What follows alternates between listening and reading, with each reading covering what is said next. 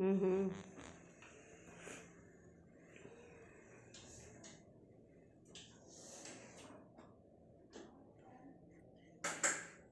Hello, everybody.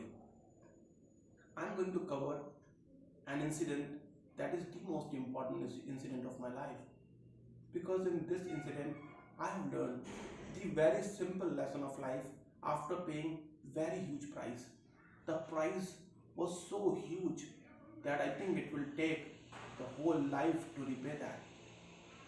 What was that lesson? Very simple.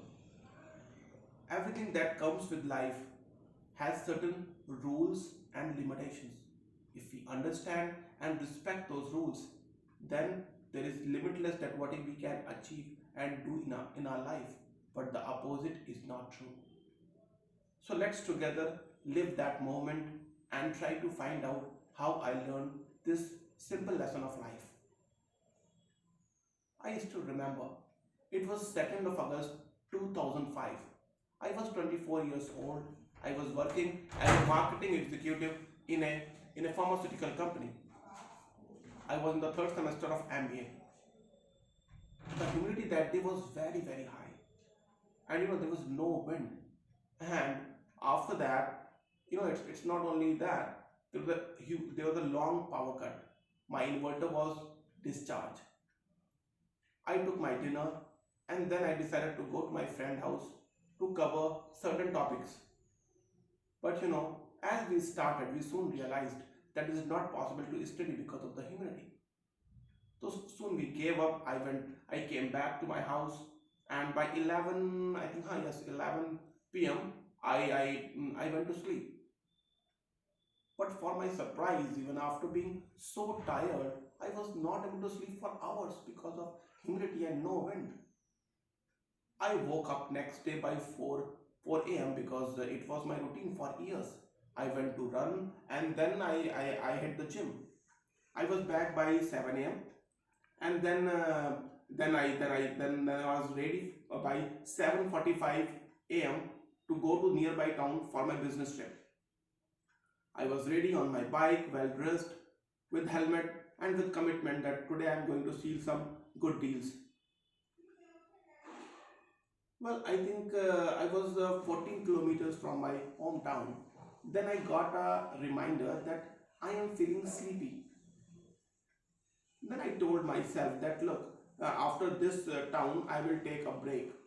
But I was not aware that this was going to be too late. And I drove my means I rode my bike while sleeping for at least 2 kilometers. I don't know how. And after that, I smashed into a trolley that was standing on the opposite side of the lane. I broke my C4 C5 cervical bone, and the spinal cord that was going through that also got injured. I might be lying on the ground unconscious. There was no wound, there was no blood, there was no fracture. But inside my body, something very tiny and vital has had broken, and that is not going to be repaired for my whole life. I became quadriplegic. I assume many people might have rushed to help me. They might have tried to make me conscious. They might have tried to remove my helmet. But every attempt that they were trying, I think they were making my injury more severe. In the crowd, there was one person, Dr. Basir Ahmed. He was a local doctor. He is a local doctor, and he was well acquainted to me. I still meet him, and we all call him with love Basir Chacha. He took me, arranged a countryside jeep, and rushed toward the district hospital. For my, you know, for my bad luck, that time there was only single lane and very bumpy.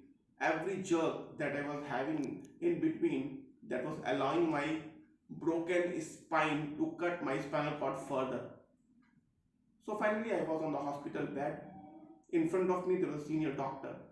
When we saw each other, we both surprised because fortunately he was a doctor whom I met just 15 hours ago. He was the first one who immediately realized what happened to me. He immediately put a collar around my neck and referred me to the medical college Lucknow. I was I was in the government ambulance. You know the condition of government ambulance.